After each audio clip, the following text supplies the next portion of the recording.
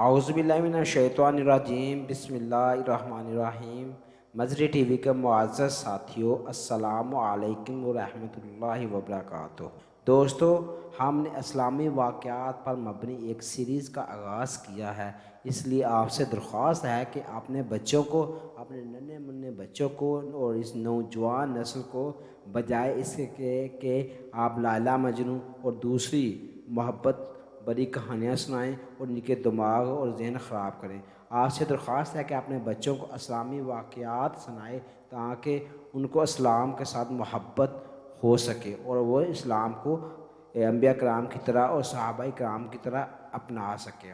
دوستو، آج ہم جس اسلامی واقعات کو سنانے کا شرف حاصل کر رہے ہیں وہ حضرت صالح علیہ السلام کی اونٹنی کے بارے میں ہے۔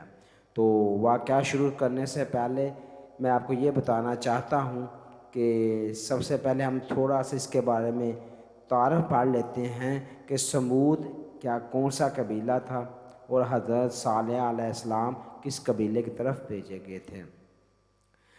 چلیں سٹارٹ کرتے ہیں، لیکن ویڈیو میں آگے بڑھنے سے پہلے آپ سے درخواست ہے کہ میرے چینل کو لائک، شیئر اور لازمی سبسکرائب کر دیں تاکہ ہر آنے والی ویڈیو آپ تک پہنچ سکے، اور اس کے علاوہ آپ سے درخواست ہے کہ بیل آئیکن پر بھی کلک کر دیں اور ویڈیو کائنڈلی مکمل دیکھیے گا۔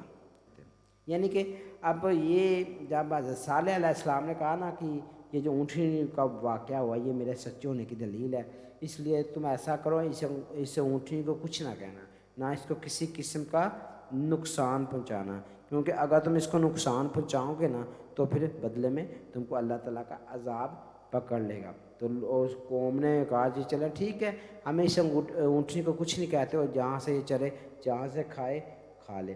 اب یوں طے ہوا کہ ایک دن اونٹنی پانی پیتی اور ایک دن مقرر ہو گیا کہ جس دن اونٹنی نے پانی پینا ہے، اور ایک دن اور مقرر ہو گیا کہ سارے لوگ اونٹنی کا دودھ بھی پیتے تھے، اور اس طرح لوگوں نے اونٹنی کو بالکل تنگ نہ کیا۔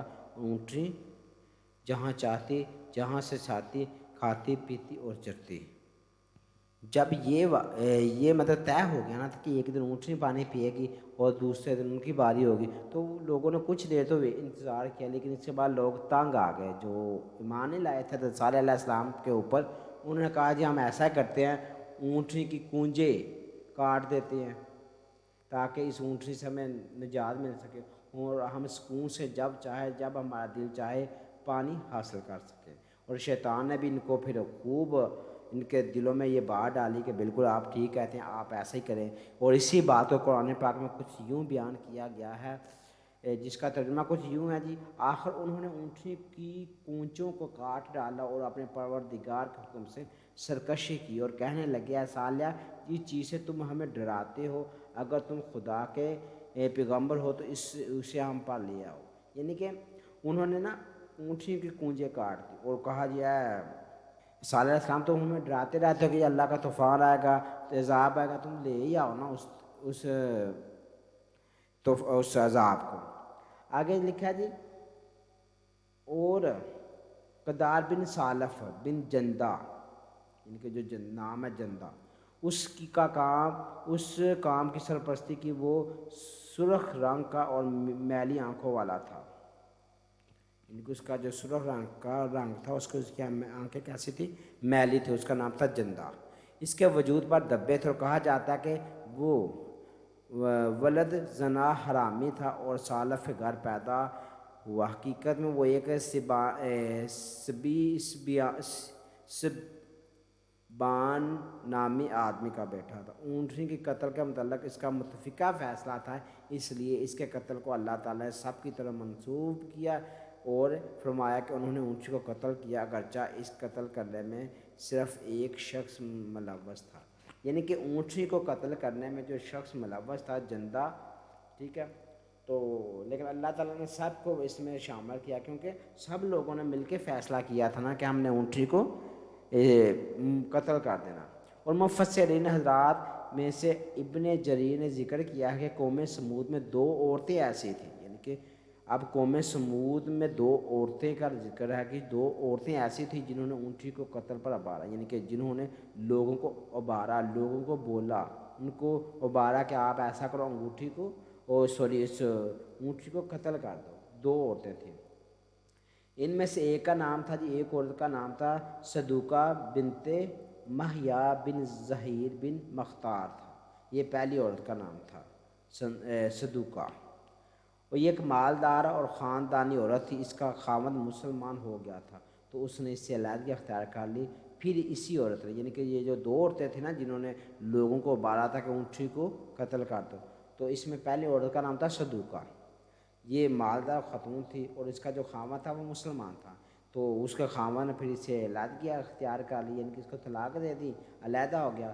پھر اس عورت نے پھر اپنے چچا زاد بھائی مصرع بن مہرج بن محیا کو بلایا اور اس پر اپنے آپ پیش کیا، لیکن شرط یہ لگائی کہ تم کو اونٹنی کی کونجیں کاٹنا پڑیں گی۔ یعنی کہ اب اس عورت نے کیا کیا، پہلی عورت نے اس نے اپنے چاچا زاد سے شادی کرنے کا کہا، اور یہ کہا کہ میں تم سے شادی ایک شرط پہ کروں گی، تو کہ تم اس اونٹنی کی کونجیں کاٹ دو۔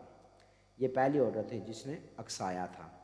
جبکہ دوسری عورت کا نام تھا انیزہ بنت غنیم بن مجلز، یعنی کہ انیزہ نام تھا دوسری عورت کا، اس کی کنیت تھی ام غنمہ تھی۔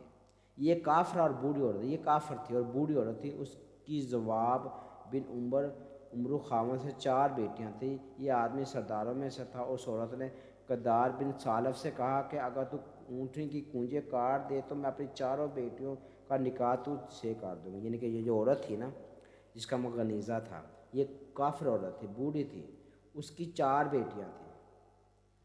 اس کا جو خاوند تھا